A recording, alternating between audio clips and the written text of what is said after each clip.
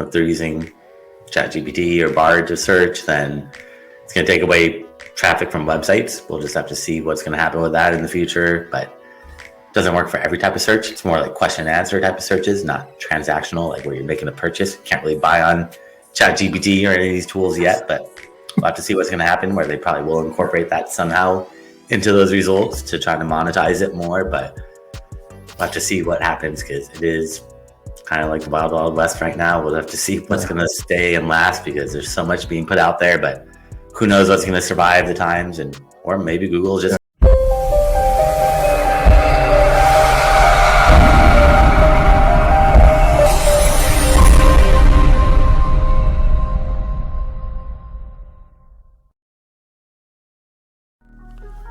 This episode is brought to you by ERC. Let me ask you a question. Did you have a business during the pandemic with 5 or more employees? If the answer is yes, you might be leaving money on the table. All you gotta do is go to ercbankroll.com and you can get your money.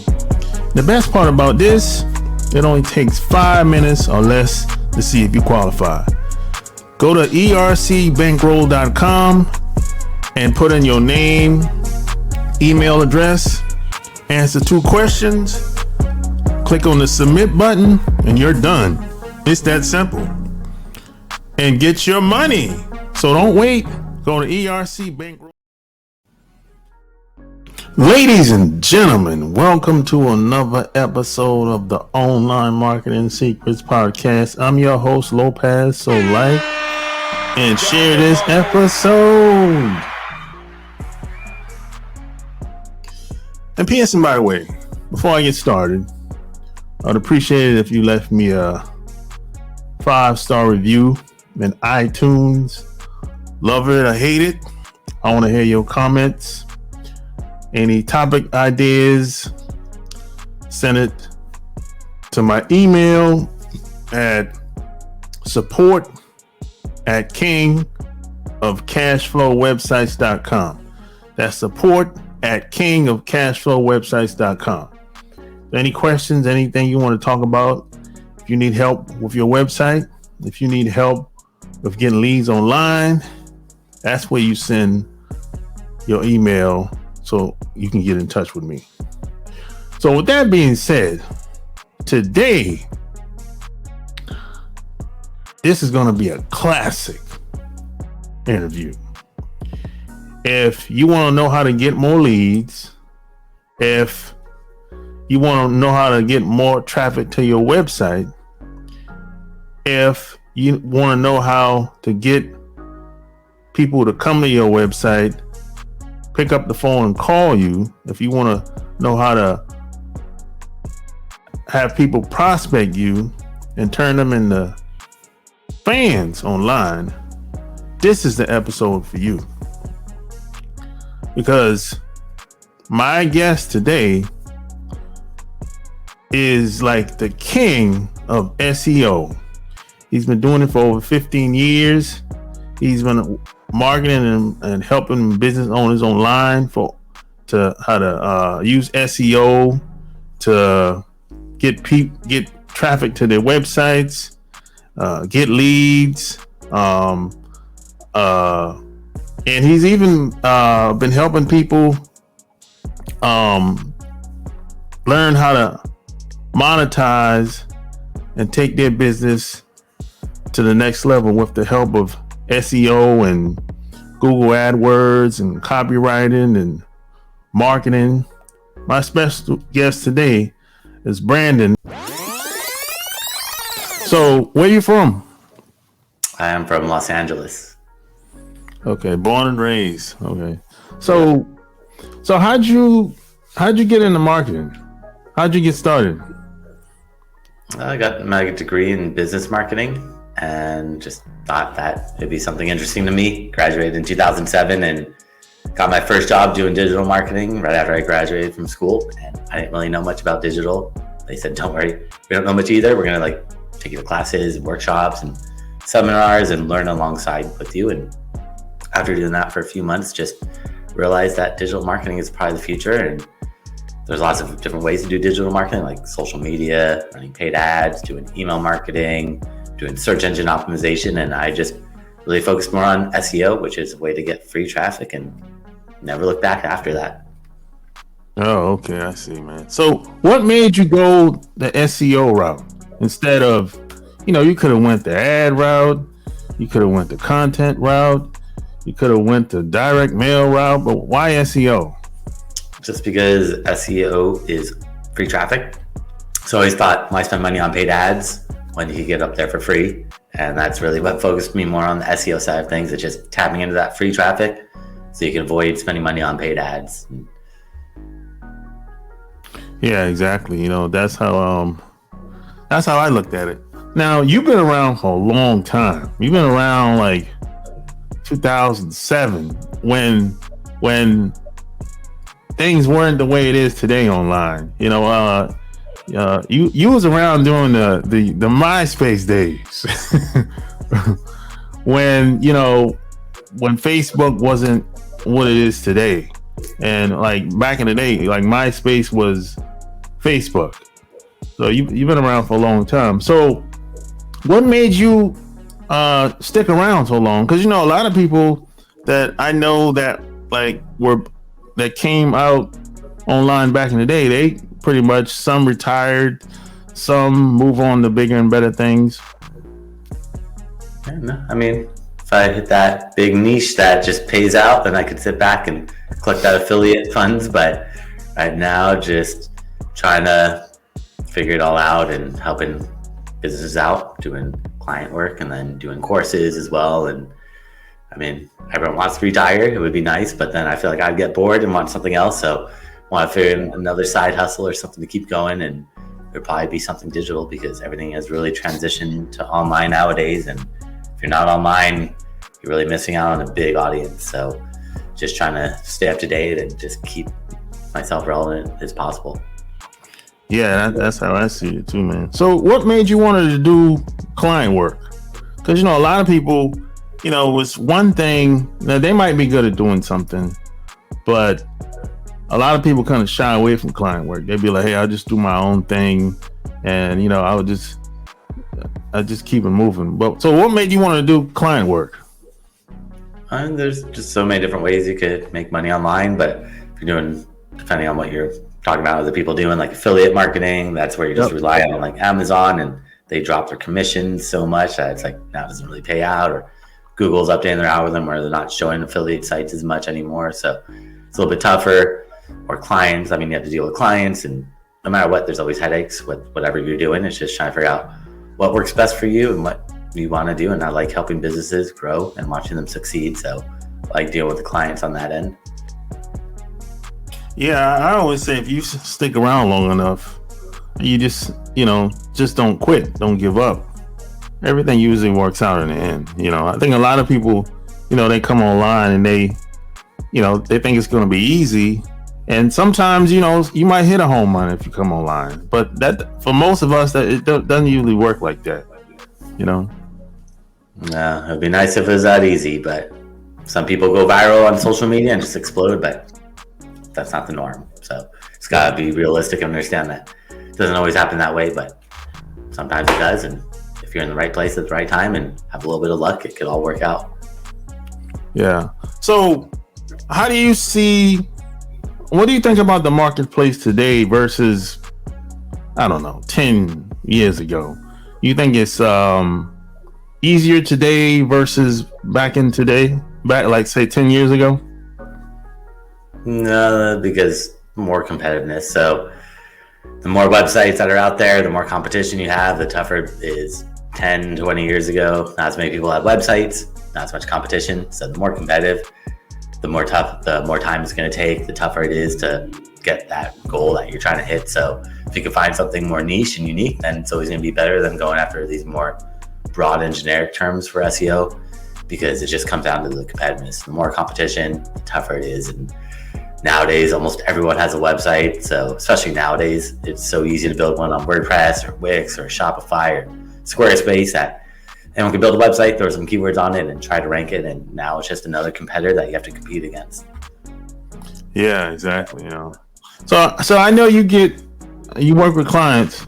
So I know you get certain type of clients where they have huge expectations, and they might think one thing, and you're telling them another thing. I guess you're sort of being realistic. How things really work online. How do you get them to understand that this is not like a get rich quick thing? This is not going to happen overnight. This takes time. How do you get them to understand? Because a lot of people, they'll look at a couple videos online, or they'll read an article, and they'll think, hey, this video got 500,000 views.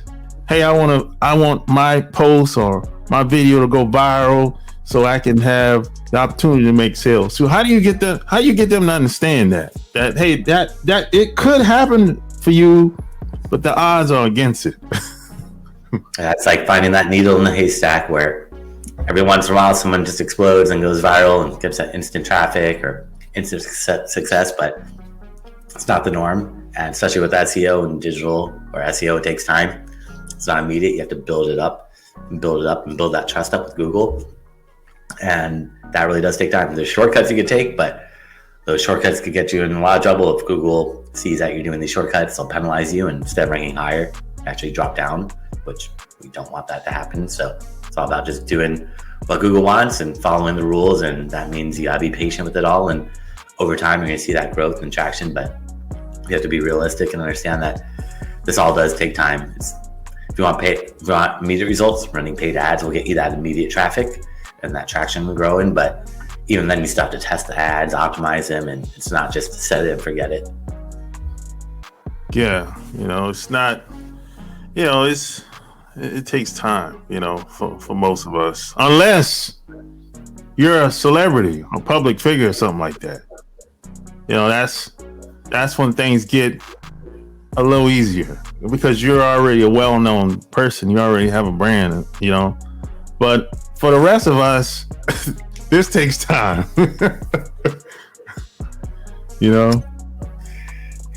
Patience with this all, especially with digital, is patience is the virtue. And as long as you keep working in and building it up, you'll get to that level. But some people just hit it quicker than others because they have bigger brands, bigger funding, whatever it may be, that just helps them accelerate it. But as long as you keep putting in the work and the time, you get to that level as well. Yeah. So what gave you the idea and the confidence to even do client work in the first place? Probably just worked at my first company that I was working at and was helping them out, and realized that I could go to I was doing an e-commerce business, the first one I was helping out. I realized I could go to any local business and essentially see if they needed help with SEO, because we're not direct competitors. And like going to a Italian restaurant and be like, hey, do you want to rank at the top of Google for Italian food near me? Let me help you out. And that's what got me going with the client side work, is just realizing I can work full time and pick up a couple freelance clients here or there and make some extra money, and happy to have a full-time job and happy to have a couple extra freelance clients here or there just to make some extra side money. Yeah, that's good, man. Because that's one thing I like about the West Coast is, people are kind of open to a lot of different possibilities. Now, where I'm from, back in the day, it wasn't like that. Today it's changed a lot. But I remember back in the day that you probably heard about this. Back in the day, if you told someone you was on the internet, they would think that you're a scam. You're a scam artist, or that's for young kids or college kids or something like that. And so back in the day, whenever me or people around me would approach small business owners, they wasn't too open at all. I remember no one was teaching marketing back in the day, except the big guys, but today, the things have drastically changed, compared to the way it used to be. And I remember even some of the books that I bought back then, I still have today. The same people would see those marketing books and they say, oh, it's a scam. But today they say, oh, it's a good book. So it's funny how things evolve and change, and how things is different from being on the East Coast or versus the West Coast at different times in this country, you know? Yeah, no, everything's so different. The way people behave, just in different cities, in the same counties, all that stuff is always going to change. And just trying to understand who your buyer persona is and how to educate them in a way that makes sense and is going to let them know the benefits, because it is tough. Nowadays, it's a little bit easier to explain the value, but even now, it's still tricky. People don't really fully understand what it is that they're doing, why they need to be there. Yeah. So what do you think about what's the AI? How do you think AI is going to affect us being online? Might change search if people don't search on Google. If they're using ChatGPT or Bard to search, then it's going to take away traffic from websites. We'll just have to see what's going to happen with that in the future. But it doesn't work for every type of search. It's more like question and answer type of searches, not transactional, like where you're making a purchase. Can't really buy on ChatGPT or any of these tools yet, but we'll have to see what's going to happen, where they probably will incorporate that somehow into those results to try to monetize it more. But we'll have to see what happens, because it is kind of like the wild, wild west right now. We'll have to see what's going to stay and last, because there's so much being put out there, but who knows what's going to survive the times, and or maybe Google is just going to keep surviving like they usually do. But it's really up in the air right now, and just trying to watch it as closely as possible. Yeah, exactly. You know, a lot of people are acting like the world is going to end online. You know, it's like, it's gonna take our jobs away from us. I'm like, no, I don't think so. You know, it's like there's just a lot of hype around it, and you know, this happens every 5 years. Something comes out, some new thing comes out, and they hype it up. You know, because they want it to sell. So I understand. So I don't really make nothing of it. You know, really. But you're right. You have to give it time and see where things are gonna go, you know. Yeah, you never know. So it's just patience with that too, just to see where it's gonna go before you get too excited and do a bunch of things that end up not working or are not relevant anymore. So. Yeah. So who's your ideal prospect? People you usually work with? Anyone with a website that has a viable product or service, something that's niche, not just selling like t-shirts, but something that helps differentiate yourself, because it all comes down to that competition. And if you're going after really competitive industries, it's going to be tougher to rank. So finding something has something differentiating them, that's going to help them stand out and not just be targeting unless they're a big company, then we could go for those bigger keywords. But if they're a small company, it's going to be tougher to go for those bigger keywords initially. So you work with startups, big business, small business? Yeah, everything in between. Yeah, not really niche agnostic, as long as, mainly local businesses or e-commerce type of websites, like the main type of industries I focus, or not industries, but types of businesses I work with. Okay. So you would work with any type of business. It doesn't really matter. For the most part, not anything. I could do like gambling or pharmaceutical or pornography, because those are. Yeah. I'm not doing porn. Yeah, I'm not doing it. I'm not doing that. You know, I've been approached by a couple of women. Yeah, I'm not doing. I'm sorry. Now, I did give them some pointers, you know, but I'm not. No, I'm not doing it. Yeah. No, those are weird. Those are tough too. Very competitive, and it's whole different thing. They're just And plus, they don't have the networks, advertising networks, like you know, like the rest of us do. You know what I'm saying? They don't. You know, it's very competitive, and I just don't want to be involved in that. No. You know. So. Where do you go from here? Are you going to keep working, doing client work, or are you going to, get into other things as you, continue to go forward? Yeah, we'll keep seeing what happens and keep doing client work and get involved with other things like courses, and we'll have to see what else will come out in the future. But for now, client work and teaching classes about digital and SEO are really what I'm focused on. Yeah, so tell me about your classes. Is it mainly SEO or copywriting or content or what? It's SEO, but all that falls into it. Well, like having good content, copywriting all falls into place for SEO for your website. So making it all inclusive to just cover all topics of SEO. I've done other ones about paid ads, social media, stuff about like Google Analytics, Search Console, things like that. So putting out a lot of different courses, and a lot of them are free. If they just go on YouTube and search my name, they can find them and they can see step by step how to do a lot of stuff that we've been talking about today. So if people wanted to work with you, where would they go to? The best is, well, I actually created a gift for everybody that's listening or watching. If they go to my website at SEOoptimizers.com, that's SEOoptimizers.com/gift. And they can find that there, along with my contact information. And also, if they want to book some time on my calendar, I'm happy to check out their website from an SEO point of view and see what's working, what's not working, and how to get them to that level that they want to be at. And they can book some time for free on my calendar there. There you have it. Like, share this episode. All the links will be found in the show notes. Until next time, we're out. Peace.